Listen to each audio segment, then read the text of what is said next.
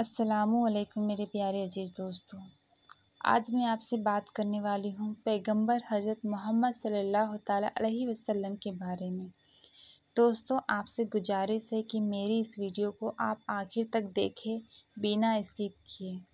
دوستوں، اگر آپ لوگ میری ویڈیو کو اچھے سے پورا واچ کرتے ہیں تو آپ کو میری ویڈیو اچھے سے سمجھ آئے گی۔ اگر آپ میری ویڈیو کو پورا نہیں دیکھتے تو آپ کو سمجھ میں نہیں آئے گی۔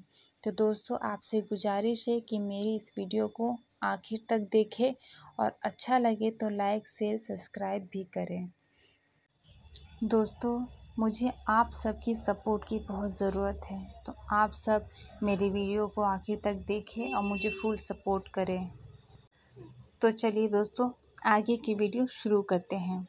پیغمبر حضرت محمد صلی اللہ تعالیٰ علیہ وسلم ربیع اول مہینے کی 12 تاریخ 571 عیسوی میں سعودی عرب کے مکہ میں پیدا ہوئے۔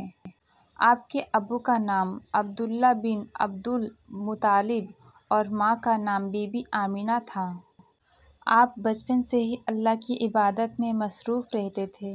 آپ پر ہی قرآن شریف نازل کی گئی۔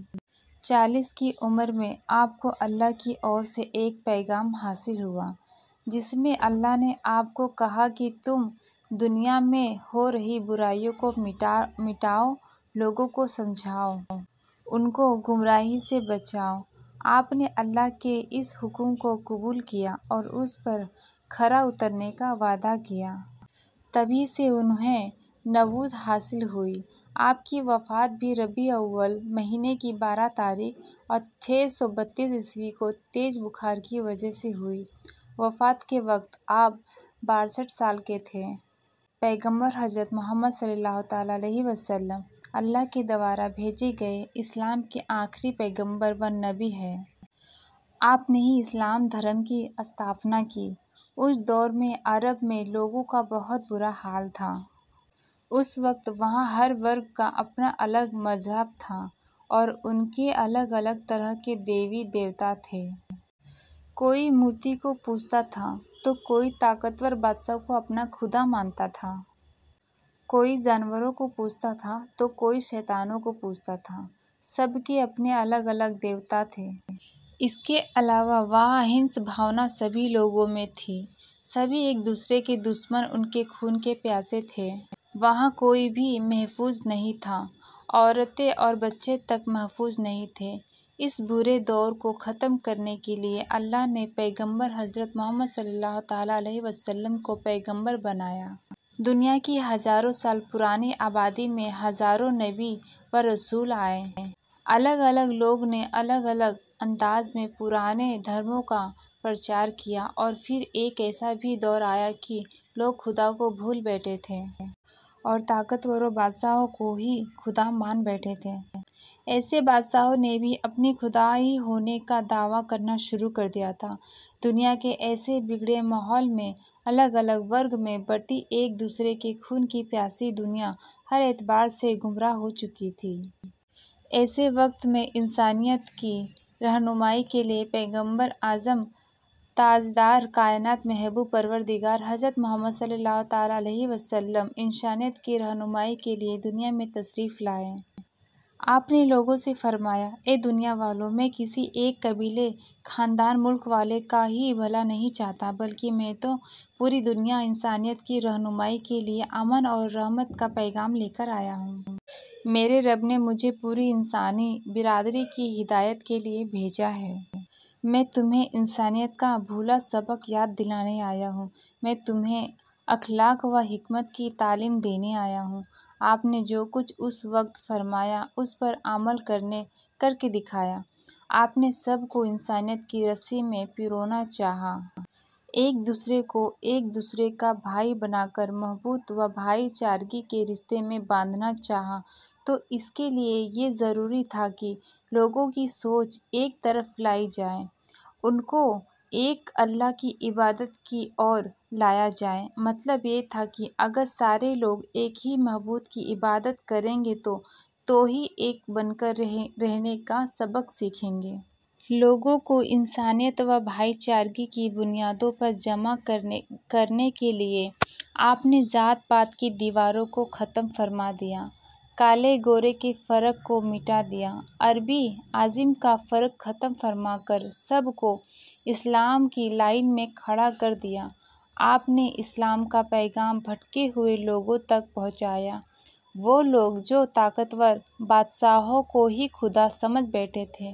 آپ نے لوگوں کو سمجھایا کہ دولت، شہرت، بادشاہی ہونے سے کوئی عزت دار نہیں بن سکتا۔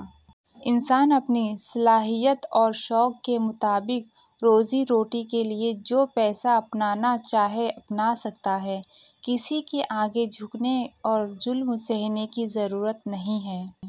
انہوں نے لوگوں سے یہ بھی فرمایا کہ حلال کمائی کے لیے کسی کام کا چھوٹا نہ سمجھا جائے اور کسی بھی پیسے کے وجہ سے کسی کو بڑا یا چھوٹا نہ سمجھا جائے۔ ایسا سوچنا انسانیت اور اسلامی تعلیم کے خلاف ہے۔ سب کو دینے والا سب کا پروردگار اللہ ہے۔ دنیا و آخرت کی بادشاہی اللہ کے لیے ہے، اس کے علاوہ کوئی بادشاہ نہیں ہو سکتا جس کے سامنے تم جھکو اور سر جھکاؤ۔ اللہ جسے چاہے اپنے بندوں کی خدمت کے لیے حکومت بادشاہ عطا فرما دے۔ آپ نے اس وقت ایسے تمام بادشاہ جو لوگ پر ظلم کرتے آ رہے تھے، انہیں اللہ کا خوف اور عذاب بتایا اور دنیاوی و آخرت کی تباہی کا خوف بتایا۔ اپنے غلاموں کو آزاد کرنے کی تاکید فرمائی اور غلاموں کو آزاد کر کے بہت بڑا ثواب قرار دیا۔ آپ کی ایسی ہی کوششوں سے سینکڑوں غلام آزادی کی زندگی جینے لگے۔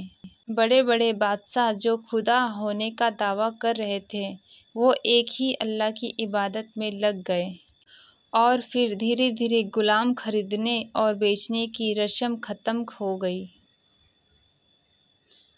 آپ نے دولت مند لوگوں سے فرمایا کہ اللہ نے تمہیں مال و دولت سے نوازا ہے تو یاد رکھو کہ تمہیں اللہ کی اس امانت کا حق ادا کرنا ہے۔ تمہیں اس دولت کو اسی طریقے سے استعمال کرنا ہے جس کی عزت اللہ نے تمہیں دے رکھی ہے۔ اگر تم دولت کا غلط استعمال کرو گے تو کنگال ہو جانے کے ساتھ ساتھ طرح طرح کے گناہ، بیماریاں اور سزاؤں کے حقدار بھی بنو گے۔ اسی لیے استعمال میں مال جمع رکھنے کی نہیں بلکہ اس کا استعمال کرنے کی تاکید کی گئی ہے۔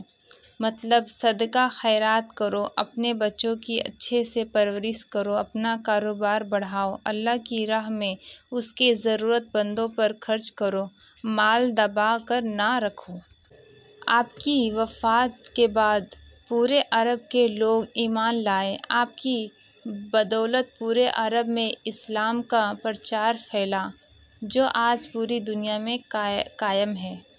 پیغمبر اسلام محمد مصطفیٰ صلی اللہ تعالیٰ علیہ وسلم کی انہی مبارک تعلیمات پر مسلمان عمل کریں اور خوشحال رہیں۔ آمین۔